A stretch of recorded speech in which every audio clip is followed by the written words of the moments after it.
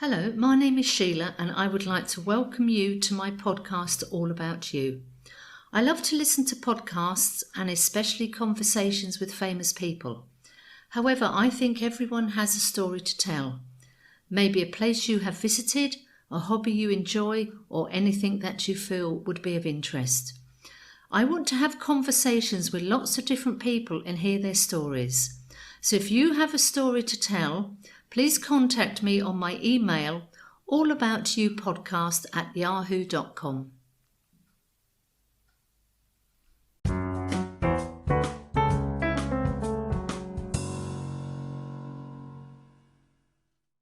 Welcome to another conversation on the All About You podcast.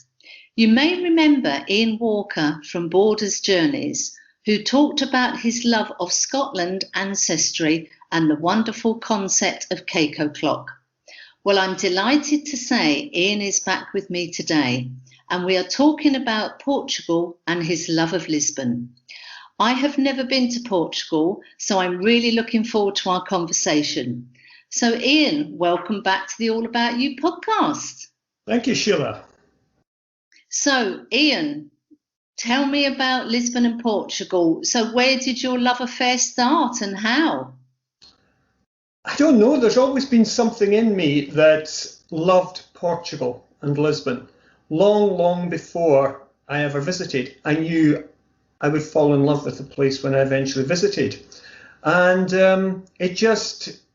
I'd read so much about the history, the heritage, the culture. I loved the music of Portugal. I just seemed to be in awe of the country, but I'd never got around to visit. And when I did visit, I was spellbound. I fell in love with the magic of Lisbon. I fell in love with the magic of Portugal. And it's such a draw to me, and I call Lisbon my second home. If I didn't live in Scotland, I would live in Lisbon. I love the architecture, the history, the culture, the cuisine, the friendly people. The city is relatively unspoiled for a capital city, and it still has that historical feel to it, the narrow streets, the old quarters, the Bairro Alto, the Alfama. There's the buildings still follow the tradition of the azulejos, which are the hand-painted tiles. Some of the modern buildings are not the manufactured tiles, but still there's the azulejos all over buildings. And I just adore the colour and the texture of them. There's the music. I adore the traditional music, the fado. And the strange thing is, I've always been a fan of the Eurovision Song Contest. And during the 70s, 80s and 90s, the Portuguese entry was always up there as one of my favourites. I don't know whether it was the language, and they kept to the traditions of the Portuguese themes and music and the Portuguese guitar, the acoustic guitar. It was just always my favourite song. That's really interesting what you're saying, because two things. When I think about Portugal, I think about people going to play golf, because apparently it's really popular for golfers. And in respect of the Eurovision Song Contest, the few times I have seen the Eurovision Song Contest, I never understand how you really can't see any reference to the country they are representing, i.e. with maybe the style of music, the costume, etc. There's an awful lot of people on Eurovision who you can look at them and you just think, I have no idea what country you are representing. And I think that's a real shame, because I think that's a real opportunity for a country to display, this is what we're all about, this is our culture, this is our music, our vocabulary. Yeah, I think that's a real shame. So you're a real Eurovision Song Contest. Do you have a big party normally, or you go to a bar and watch it with friends? Usually we watch it with friends, but obviously the last 2 years that's not been possible.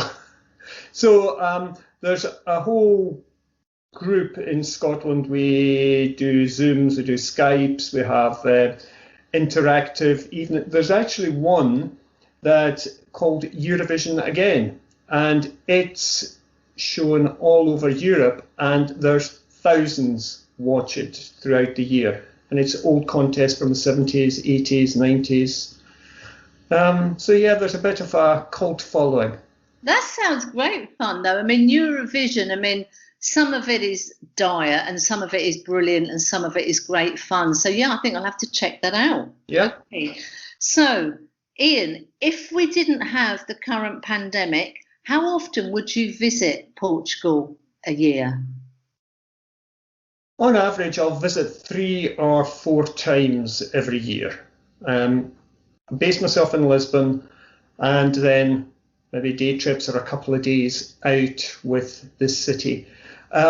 In November, December, I usually spend about 5 to 6 weeks on the run up to Christmas in Lisbon. And that's my time after the tour season has finished in Scotland. I pack up and I go to Lisbon for some peace, quiet, tranquility, and me time after a hectic 6 or 7 months of touring Scotland. So other times I may go for a week, or even if I see a couple of days in my diary, I think, oh, I've got a pang for Lisbon, so I'll go for 5 days. So it's usually 3 or 4 times at least. Sometimes it's been more. And when you go to Lisbon for your period of recuperation after a very busy summer with tourists, do you always stay in the same hotel or do you rent an apartment? I rent an apartment, and it's generally the same apartment that I rent. So it's right in, I'm saying it's right in the city centre. It's just off the city centre, but it's there handy for the city centre, but also right on the edge of the Alfama, the old quarter, the traditional area of Lisbon. Wow. So last time you were on the podcast, you were talking about doing tours in Scotland. So are you doing tours in Portugal as well now? Yes, I do. I've organised itineraries for 3, 5 and 7 day escorted tours of Lisbon. So, well, Lisbon and wider Lisbon. So it's clients base themselves in the city, and we visit specific areas, districts within Lisbon, but then we take day trips out, usually within about an hour by train or by coach from the city centre. Usually about an hour is the longest we travel. So you are doing really well. You're combining your love of Portugal as well as your love of the history and showing people around and taking them to places they probably would never discover on their own because they've got somebody who knows the city really well.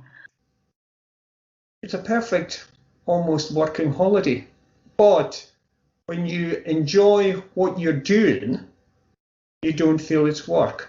Because I love to show Scotland, Lisbon, Portugal through my eyes and my discoveries.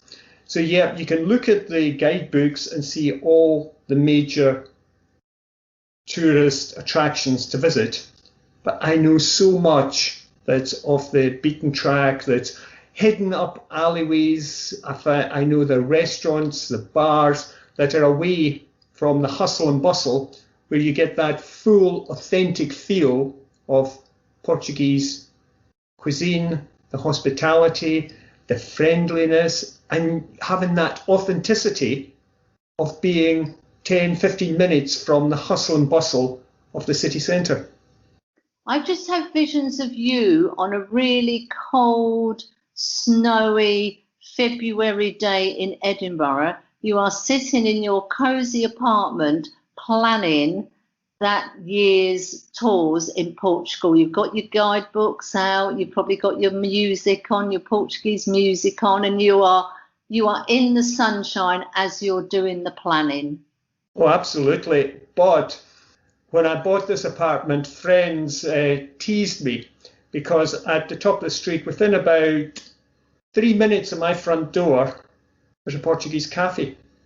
So when I get that pang for Lisbon, just think, it's time for a Portuguese lunch. So I just go up there, sit there, you've got the Portuguese music on, and it's a draw for the Portuguese community in Edinburgh. So you go in there and you're hearing Portuguese all round about you, you're hearing the Portuguese music, you're eating Portuguese food.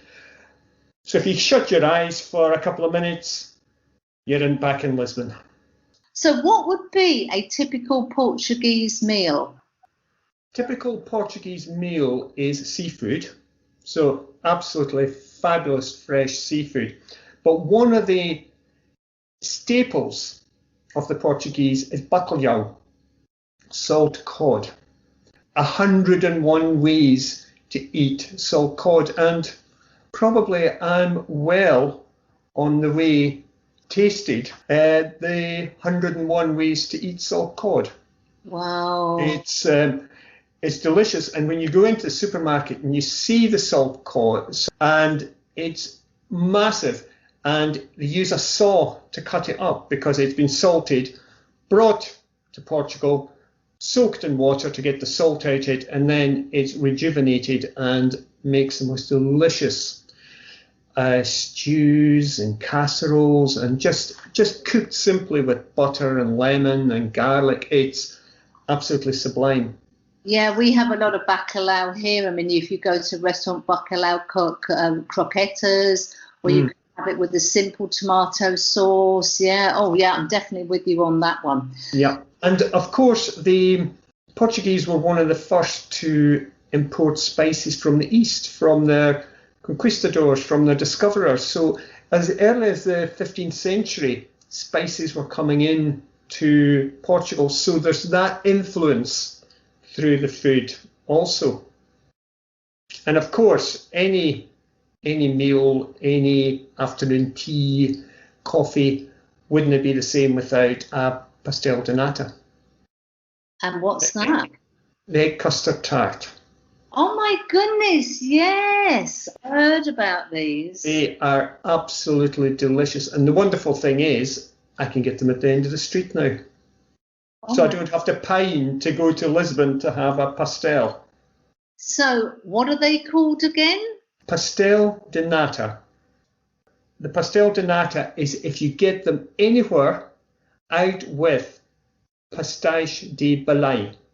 Belém in the west of the city is a historic area, and that's where the Pastéis de Belém were founded in 1837.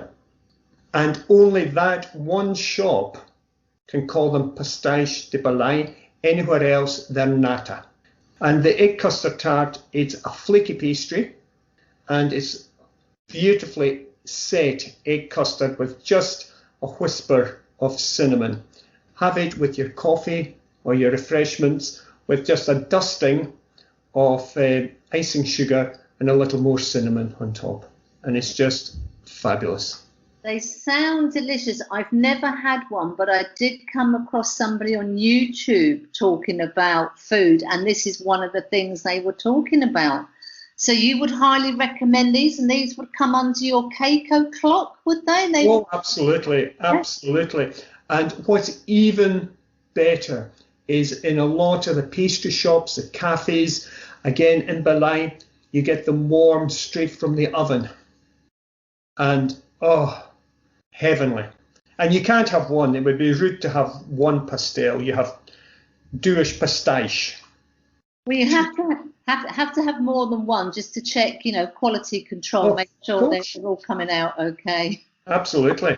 Now, one thing I didn't know is street art in Portugal.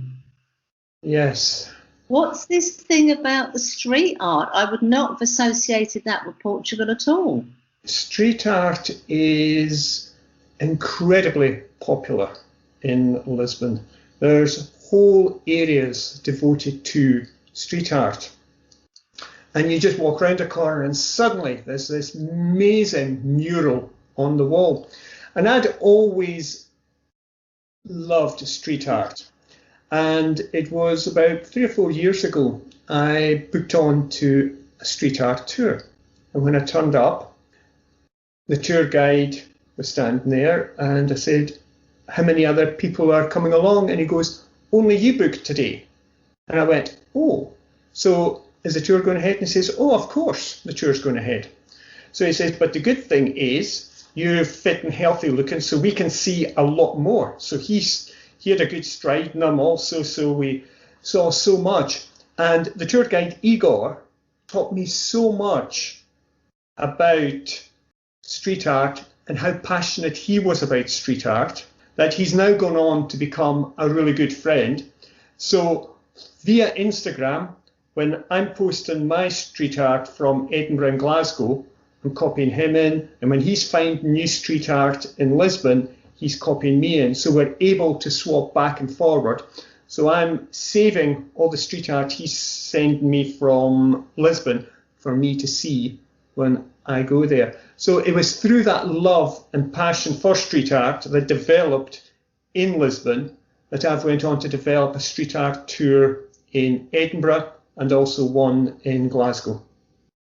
Wow, that is so cool. That is so cool. So when you say in Lisbon there is this particular area, is it an area that the government have said to people? Because there's a big difference between street art and graffiti.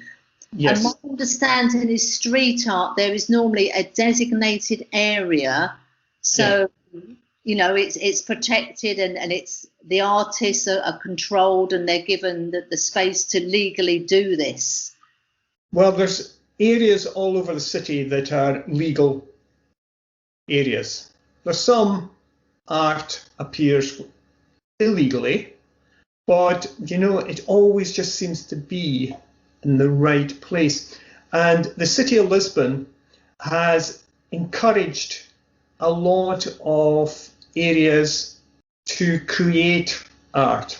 You've got some of the large social housing areas which have sadly lacked investment in the last couple of years and become pretty run down. However, what the City Council in Lisbon has done is encouraged street artists from all over the world to come and paint these high-rise buildings in murals, and some of them are absolutely stunning. And now visitors with tour guides are coming to visit these areas that tourists would never have visited in the past, and they're bringing money into these areas. And people in these huge sprawling estates are taking so much pride in these amazing, phenomenal murals, and they're just seeing them as them. And just the fact they're taking so much pride and people want to come and visit their area now. And it's really touching to see, fantastic also to see the investment by City of Lisbon Council to these areas and the pride that people are taking in the artists coming to visit their areas. I mean, that is such a simple idea, so effective, and it's a win-win for everybody. The artists, they're having a platform to show their craft. The people who live there, it's jazzing up where they live and they take a pride in it. It's bringing money into the local economy. I mean, it's just win-win-win. I mean, that is a genius idea, but so simple. It's so simple because some of the residents are now becoming guides. So they are, even though I go with my guide, there's a guide takes us around because they know where all the good stuff is. I love that idea. I think it's so simple, but it's growing legs, isn't it? I mean, yes. You're taking people, somebody else is taking people, people have got pride, the local businesses. It's a genius idea. It's so simple. It's why doesn't every council do that? Because every area in every city, in every country has probably got a particular area that would benefit from something as simple as street art, bringing pride to the people who live there, brightening up their environment, bringing money into the economy. I can't understand why that hasn't just gone everywhere because it's such a simple idea. Yeah, it's simple investment.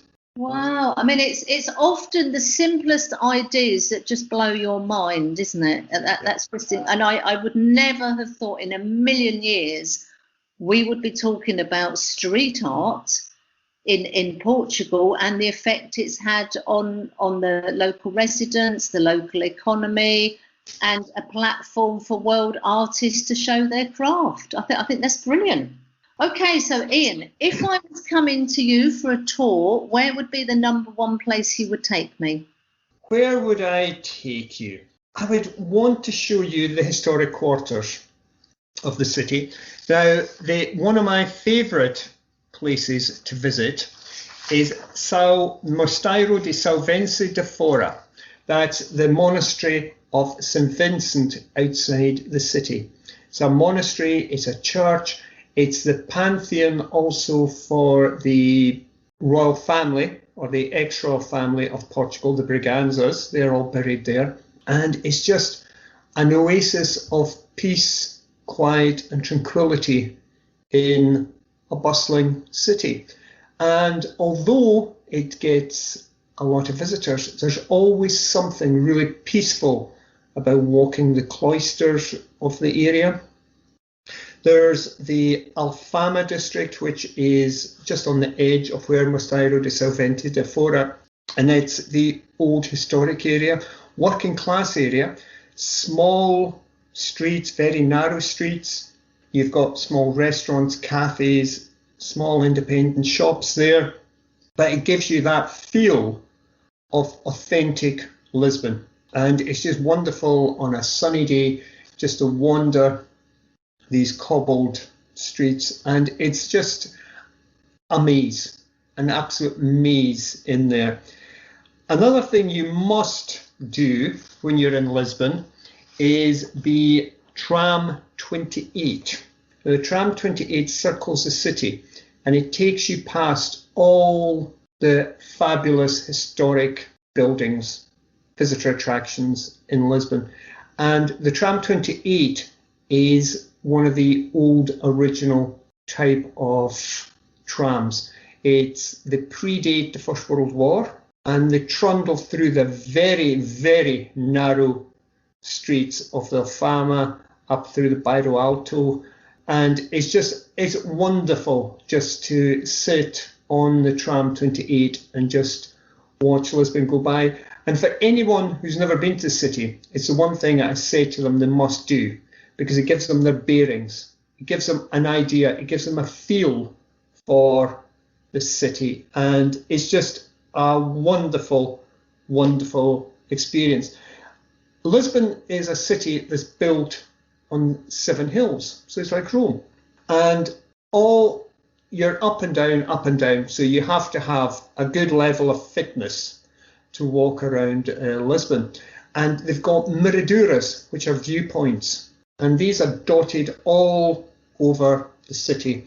So you've got the Miradura, if you imagine, you're looking right across Lisbon. You've got a coffee shop there. So you're sitting there having your coffee, you're having your Pastel de Nata, and you're just watching life in Lisbon go by. And it's just, after a walk, it's just nice to sit down at the viewpoint, the Miradura, and just watch life unfold in front of you. You've also, this is a new area that's been created in recent years. It's called the LX Factory, and it was an old industrial area of the city. And now it's home to cafes, bars, restaurants. There's independent shops, there's craft areas, there's a lot of art goes on in LX. And it's just one of these places that, unless you know it exists, you would go past it in the tram. It just sits off the main street, and it's just wonderful to go to the LX. And the buildings, the outside of the buildings, have not been changed, so you still have that industrial feel, but inside you've got the cafe, the bar, the shops. You've got go right up to the rooftop and you look right across the Tejo River. It's magical there. I love it. So it sounds as if you've got a real good mix of the old city that hasn't changed in years and years and years, plus you've got lots of areas which are being regenerated but still trying to keep some of the original character, like the area you've just spoken about. The wonderful thing about Lisbon is, obviously, it's a modern international capital city, but it still keeps that authentic feel to its past. So it still has that historic feel. And even the LX factory, which has modern bars, cafes, restaurants, shops, it still keeps that feel of its industrial past. So you have that modern, historical, industrial, social feel to it. So it just has that, it's a magical feel to the LX factory. And that's probably one of the places you feel, yeah, I've come back to Lisbon when you go to the LX factory, because it's just so relaxed. As I said at the beginning of the podcast, I knew nothing about Portugal. I just had this vision of a golfing holiday. Would you describe going to Lisbon as a city holiday, a beach holiday, an activity, a culture? Or could you not put it into a particular theme?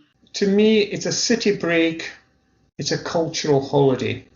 Because really, when I think of Portugal and golf, I think of the very south of the country, and I never go to the south. You find the north is the authentic Portugal. It's the Portugal of the Portuguese. Whereas if you go to the south, it tends to be the international visitors. So you lose a lot of the Portuguese authenticity there. It becomes very much international. It caters for everything. Whereas when you're in the city, when you leave the city for the north, you still have that traditional feel, the traditional Portuguese pride in who they are. Because when I go on holiday, I love to pound the pavements. Put me in a city, I'm not a country girl at all, put me in a city and roam around the city, the old streets, the little bars, the little restaurants, the little shops. What's down this road? Oh, let's go to the end of here. And you see a little alleyway and you'll come across, a beautiful display of flowers, or there's a little garden or a park or something. That's what I love to do when I go to these places, sort of get away from the tourist areas. And that's where you find the good food, find out where the locals go, or as I always say here, if the police are having a coffee in that bar, it's going to be good. Mm-hmm. Exactly. That's when I go on holiday, I want to be a local. I don't want to be a tourist. I don't want to be identified as a tourist. I don't want people to think I'm a tourist. I want them to think I'm a local. Obviously, in Lisbon, the colour of my skin, being pale, Scottish, sort of tells people that I'm not a local because I don't have the olive coloured hair, coloured skin and the dark hair. But this is the thing though, isn't it? When we go on holiday, and particularly for me, sort of a 3-4 days city break, I've sort of done my plan and I found out where I want to go and can I book tickets online and what are the opening times and all this sort of. You want to experience, particularly for me, what's the local food I should try? What's the local drink? And I don't just mean alcohol at all. If I have a coffee, what am I likely to get? Will I get a little biscuit, a little cake? Or because most European cities have got something they will serve with a morning coffee. So let's talk about the food, for example. If I'm going out for dinner in Portugal, so there'd be a lot of fish on the menu. There'll be a lot of fish on the menu, but there's beef, a lot of pork, a lot of fresh vegetable salads. There's a lot of cheese because there's some absolutely fabulous cheeses made there. There's what you would expect from a European menu, except there's that Portuguese twist to it. And there's the influences also from Africa, from the Moorish past. There's influences from the time where Portuguese had their colonies in Africa and also in the Far East. So there's a whole mixture there of foods. And it's just the smell, it's just takes me back to Lisbon just now. That's interesting what you're saying about smells, because often you'll go to a country and you sort of, once you get into the city and you sort of get out the hotel and you're in the street, what's that I can smell? Is it a spice? Is it a coffee? Is it the flowers? You know, what is it? What is that smell? Because certain countries have a certain smell to them, don't they? And you think, yeah, that's it. That's the smell. Yes, absolutely. And there's also a lot of the fish is grilled. So you have that barbecued smell also emanating from the restaurants and the street cafes. Ah, bliss. Right, so let's talk about alcohol then. So I'm thinking of Madeira wine. Madeira wine is from Madeira. Right. Which is in the Atlantic. It is part of Portugal, but you have the Madeira wine from there. You've obviously got the port from Porto in the north of the city, so north of the country. And if you go to Porto, there's so many different cellars and houses where you can taste the different ports. I'm not a red wine drinker, but what I do love in Portugal is the green, they call it green wine to the tourists. It's Vinho Verde, and it's from the north of the country. And to me, it's one of the crispest, clearest tasting wines, Vinho Verde. So if you go to Portugal and you see the English menu, it's always highlighted as green wine, and it's just so crisp and clear. That sounds delicious, because I'm not a red wine drinker at all. Because when we met, we bonded over white wine. That's how we yes. built. So, Ian, if I've gone to Lisbon or Portugal, what food and drink am I going to be bringing back with me? Would I be bringing port and cheeses? I would probably say yes. Take port, cheese. You'd have to bring back some cakes. Because the wonderful thing about the Pastel de Nata is they sell them in boxes of 6. So it's like a tube, and they put the cup ends together and then slip 6 into a box, and they're easy just to put into your luggage. There's olive oil, there's the wines, there's, strangely enough, there's Madeira cake. Now, it's not the Madeira cake that we imagine, the white, creamy-coloured, dense cake that we call the Madeira cake in this country.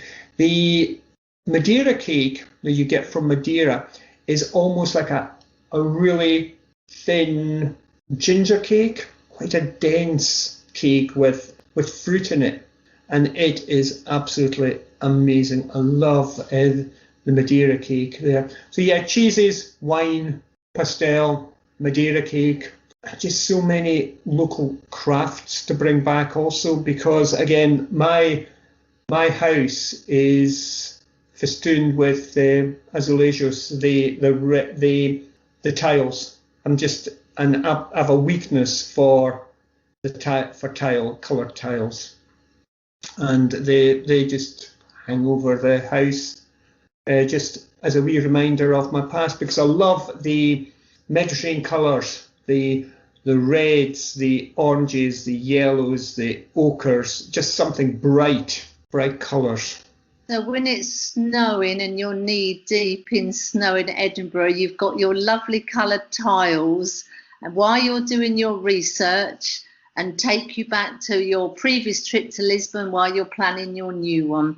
In our last conversation, Ian, you were talking about taking your guests around Edinburgh, and you were talking about the concept of cake o'clock. If you take people on a tour to Portugal, I'm hoping you still have this tradition of cake o'clock on your tours in Portugal? Of course, we have probably 1 or 2 cake o'clocks a day, because it's the wonderful thing about the climate in Lisbon is even in December, you're talking 15, 16, 18 degrees during the day. and that's at its coldest. So there's very much a street cafe culture. So there's street cafes on every corner. There's small pastry shops on every corner. You're never, ever, ever going to be more than 100 metres between cafes, pastry shops, cake shops. So there's hundreds to choose from. It's a proverbial child in a sweet shop. So I think it's just as well that you have walking tours to see the street art. You've got all the walking around the city to try and burn off some of the calories you're going to be consuming on your cake o'clock every afternoon. Oh, absolutely. And especially when you consider, as I've mentioned, the 7 hills, that when you're out walking, invariably you are going to have to, at some point, climb a hill because there's something worth it at the top of the hill, but also just think, well, there'll be a cafe up there also. So you've got the proverbial carrot. Once you get up the hill, there could possibly be a nice cup of coffee and one of these custard tarts awaiting you. Absolutely, especially when I take clients out to Sintra and Penna, the beautiful fairy tale castle of Penna. It's quite, you can get a bus, small coach, up to the foot of the palace, but then you have to climb up to the fairy tale palace. But one, the palace itself, but then it's got the terraces with the cafes that you can look across the grounds, and it's just absolutely wonderful there. So Ian, just talking about getting around the city, is there quite a good transport network, public transport? Absolutely amazing. Buses, there's the elevators. Because of the steep hills and inclines, there's elevators, small carriages that take you from ground level up the hills. They've got a wonderful tram system. So public transport is amazing and it's safe.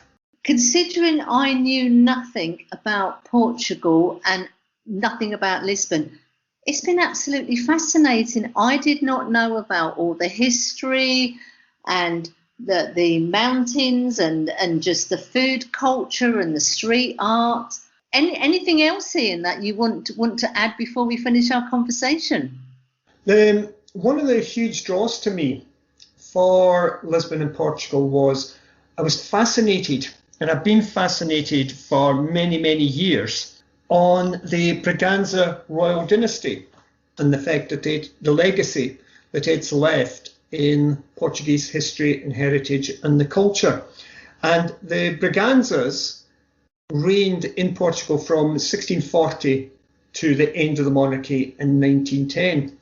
And they've left an amazing legacy of buildings, which it always amazes me that when people go to Lisbon, that the palaces seem to be a sideline. They're not the number one places to go to.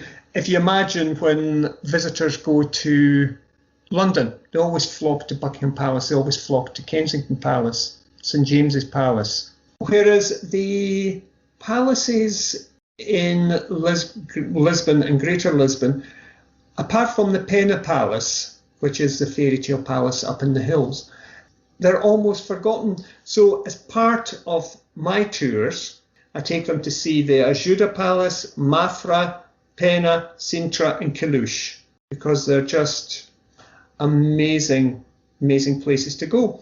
And I don't know if you're aware, but King Charles II of England and Scotland, he married Catherine of Braganza, and she was a princess or an infanta of Portugal. Her father was King João IV of Portugal. And after the king's death, Charles II's death, 1685, she remained in England until she returned to Portugal in 1692. She died in Lisbon in 1705, and she's buried in the Portuguese dynasty, the Braganza Pantheon, at São Vicente de Fora. And it's through Catherine II that the tradition of drinking tea became popular in England, Scotland, United Kingdom. So you've got that royal connection between Portugal and between the United Kingdom. Wow, how fascinating is that? No, I didn't know any of that at all. Well, Ian, I think it definitely sounds one of those places I've got to put on my list. I don't think many people are going to be travelling this year, but I think next year, I think we're all going to be a little bit more confident. Hopefully, we'll all be in a different place after the pandemic. And yeah, I mean, Lisbon just sounds fantastic. I love the tram number 28. Tram 28, yes. 28 is the one to take. Didn't know there was so much to see and do in Lisbon. You have to be reasonably fit, so a good pair of trainers is probably a good idea when you're around the city. But as you said, there is a good public transport system.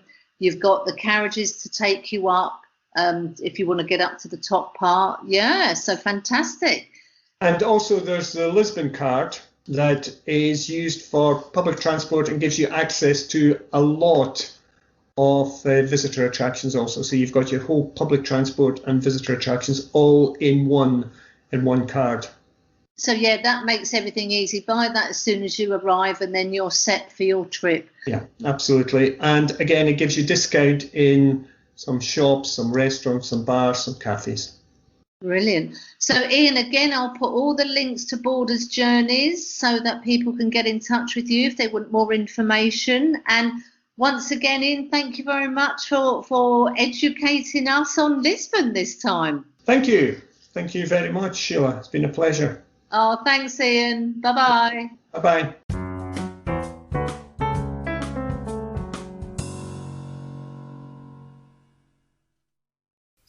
I hope you have enjoyed the conversation. Don't forget, if you have a story you would like to tell, please get in touch. My email address is allaboutyoupodcast@yahoo.com, and thank you for listening.